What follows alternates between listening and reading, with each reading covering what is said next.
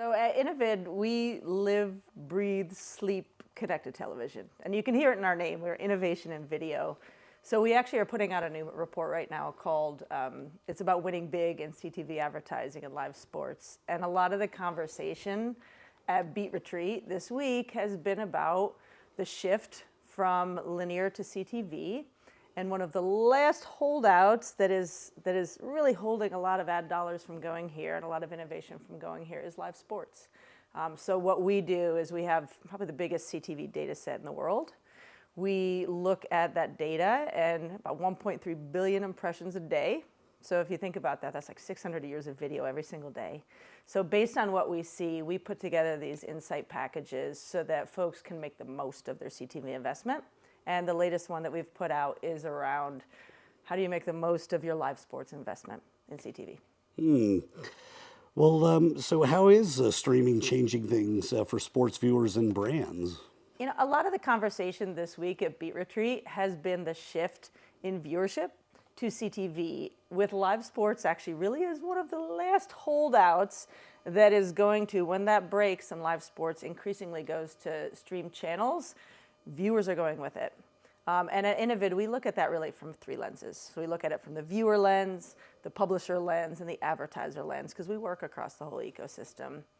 Viewers are there already. Viewers are already watching live sports on CTV. So there will be an increasing flood that comes across as rights increasingly shift. But I think there's a number, I think that was something like 90 million viewers expected in 2025 to have streamed at least one live sports event each month. That's nearly double what it was just a couple of years ago. It's a big, big shift. If you think about, like, I as a viewer watch TV very differently than someone who grew up with 4 channels and how my family consumes sports. Every weekend I'm watching Premier League football on Peacock. I watch the Olympics on NBCU and Peacock as well. Watch the Super Bowl on Paramount Plus. So, we as consumers are changing. And if you think about what Peacock's coverage of the Olympics, NBCU's coverage of the Olympics, it was in like billions and billions and billions of minutes streamed. And I think the stat was something like 8 out of 10 of Peacock's top streamed events ever were the Olympics. So viewers are shifting there, which means that with that comes opportunity for the second bucket, which is publishers. So publishers are obviously increasing a lot of money. Right now, Amazon doesn't spend, I think, $1.8 billion for NBA rights unless they think they're going to get it back in terms of increasing subscriptions and engagement and advertiser dollars. The third bucket that we look at is advertisers, and that's who we work with. We work with brands and agencies on how to make the most of their CTV investments. And with CTV, it's not just about incremental reach. It's about the real reach that's coming from viewers watching on streaming platforms now. But it's also about all the really interesting, engaging things you can do, particularly in live sports where fans are lean forward. They're very, very engaged. Now, a big part of the report focuses on CTV's digital nature and how that powers creatives that are more relevant and engaging. So what are you seeing in this space?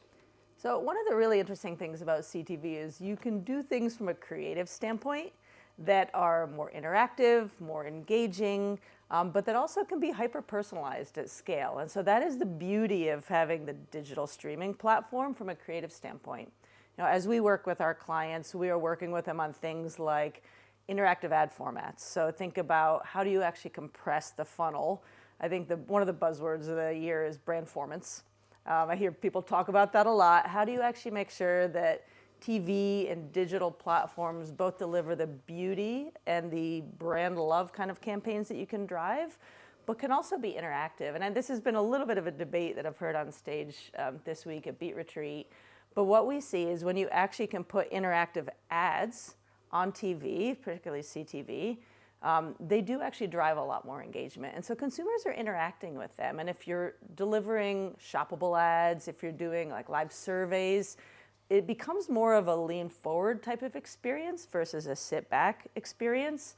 And from what we see at Innovid with the data and all of the billions of ad impressions we serve every day, the interactive ads that we run are about 4.5 times more engaging than the regular ads. And so while there is a change in consumer behavior still happening, people are doing it. people are actually really leaning into it. And I personally have bought things through my TV. Watching a Premier League football game, I have taken a QR code, I have ordered Ferrero Rocher, I had Target delivered to me within the hour. So talk about ranging from, CPG impulse purchases to, very, very high-end auto ads that can drive how do you learn more about a beautiful vehicle that you might want to test drive, and where do you find that. It really can span the gamut from a creative standpoint.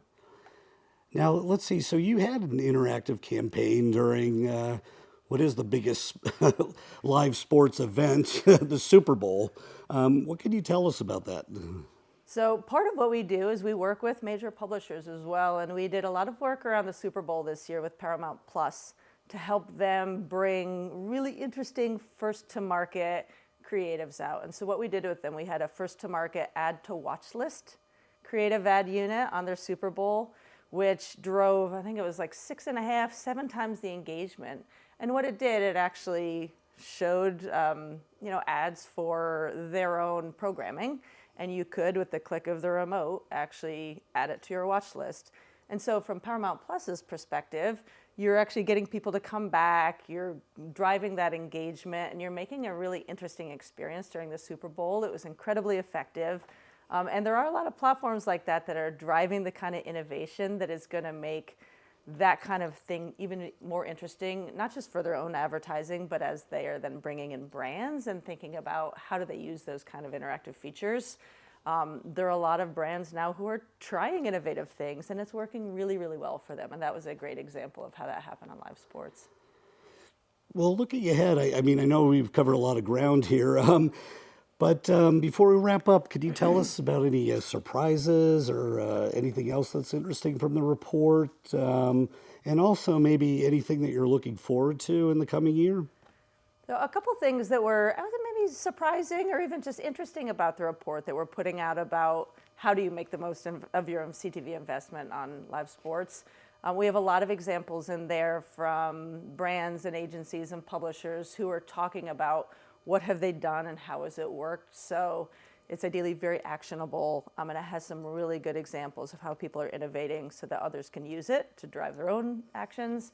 Some of the stuff that's been very interesting for us is CTV is no longer just an incremental reach vehicle. So as viewers shift over, it is really vying for its own place as a pure reach vehicle. And so some of the numbers that we're seeing that are in there are very, very interesting.